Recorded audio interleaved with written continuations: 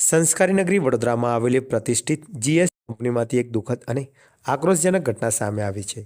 કંપનીમાં ફરજ બજાવતા શ્રમિક મુરજીભાઈ પડિયારનું ચાલુ કામ દરમિયાન મોત થતાં સમગ્ર વિસ્તારમાં ચકચાર મચી ગઈ છે। પરંતુ આ ઘટનામાં કંપની તંત્રની માનવતા મરી પરિવારી હોય તેવું દ્રશ્ય સામે આવ્યું છે। પરિવારનો આરોપ છે કે મુરજીભાઈએ વર્ષો સુધી કંપની માટે પોતાનું જીવન ઘસી નાખ્યું, પરંતુ તેમના અવસાન બાદ વળતર આપવાના મુદ્દે કંપની સત્તાધીશોએ હાથ અદ્ધર કરી લીધા છે। મૃતકના પરિવારજનો દ્વારા સ્પષ્ટ માંગ કરવામાં આવી છે કે મુરજીભાઈ પડિયારના પરિવારને તાત્કાલિક યોગ્ય આર્થિક વળતર આપવામાં આવે, કંપની પોતાની જવાબદારી સ્વીકારે અને પરિવારના એક સભ્યને નોકરી અથવા અન્ય સહાયની ખાતરી આપવામાં આવે। પરિવારજનોએ આક્રોશ વ્યક્ત કરતા જણાવ્યું છે કે જ્યાં સુધી કંપની દ્વારા સત્તાવાર રીતે વળતરની જાહેરાત કરવામાં નહીં આવે અને ન્યાય નહીં મળે ત્યાં સુધી અમે મૃતદેહ સ્વીકારીશું નહીં। ન્યાયની માંગ સાથે મૃતકના પરિવારજનો સાથે લખન દરબાર પણ પહોંચ્યા હતા।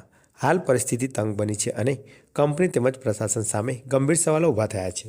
થતી નથી અને કંપનીમાં મને છે ને ફોન બોન કંઈ નથી આપ્યું અને હોસ્પિટલ આવી ગયા અને ત્યાં પછી મને બાય ખબર પડી છે। શું માંગ શું છે?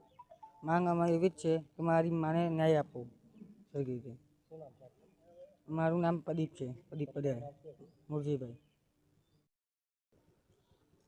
રણોલી ગામના કર્મચારી જીએસસીએલ કંપનીમાં નોકરી કરતા હતા, વર્ષોથી નોકરી કરતા હતા।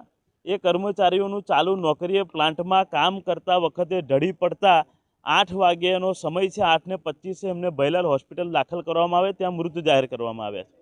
ચાલુ નોકરીએ મૃત્યુ થયું છે। ગઈકાલે રાત્રે 12 વાગ્યાના અમે એમના પરિવારની સાથે ઊભા છે। હજુ સુધી કોઈપણ પ્રકારનો ન્યાય મળ્યો નથી, ત્યારે ડેડ બોડીનો સ્વીકાર અમે કર્યો નથી અને આંદોલનની જાહેરાત કરી છે। જ્યાર સુધી એમના પરિવારને ન્યાય નહીં મળે ત્યાર સુધી આંદોલન ચાલુ રહેશે। એમના પરિવારને ખરેખર તો કંપનીના અધિકારીઓ સાથ સરકાર આપવાની જરૂર છે, પરંતુ કંપનીના અધિકારીઓ સાથ સરકાર આપવાની જગ્યાએ અત્યારે અહીં કોઈ આવ્યું નથી। ત્યારે હું ચોક્કસથી કહેવા માગું છું કે એમના પરિવારને ન્યાય મળવો જોઈએ, પ્રશાસને પણ આગળ આવવું જોઈએ, કંપનીના અધિકારીઓ પણ આગળ આવવું જોઈએ, કારણ કે વર્ષોથી નોકરી કરતા હતા। બીજી બાબત કે વર્ષોથી નોકરી કરવા છતાં એમને કાયમી કરવામાં નહોતા આવ્યા, એફટીસી કોન્ટ્રાક્ટ એટલે કે ફિફ્થ ટર્મ કોન્ટ્રાક્ટમાં રાખવામાં આવ્યા હતા। પહેલું શોષણ છે। બીજું શોષણ એ છે કે એમનું કંપનીમાં મૃત્યુ થયું છે, છતાંય હજુ સુધી કોઈ કંપની જવાબદારી લેવા તૈયાર નથી। હું ચોક્કસથી કહું છું કે કુદરતી મૃત્યુ હોય કે આકસ્મિક મૃત્યુ હોય, એ બધી વાત બાજુમાં રાખીને કોઈ માણસનો જીવ ગયો છે એ આપણે ધ્યાનમાં રાખીને ચાલુ નોકરીએ જીવ ગયો છે એના કારણે વળતર આપવું પડે એની માટે અમારી લડત ચાલુ છે। હંમેશા ભૂતકાળમાં અનેકવાર અમે લડત લડ્યા છે। આજ ગોત્રી પોસ્ટમોર્ટમ હોસ્પિટલ ખાતે પણ અનેકવાર આંદોલન કર્યા છે, આ વખતે પણ આંદોલન કરીએ છીએ। અમારી મુખ્ય માંગણી એક જ છે કે એમના પરિવારને યોગ્ય વળતર મળવું જોઈએ। જ્યાર સુધી એમના પરિવારને યોગ્ય વળતર નહીં મળે ત્યાર સુધી અમારું આંદોલન ચાલુ છે, મજબૂતાઈથી ચાલુ છે, એમના પરિવારની સાથે ઊભા છે।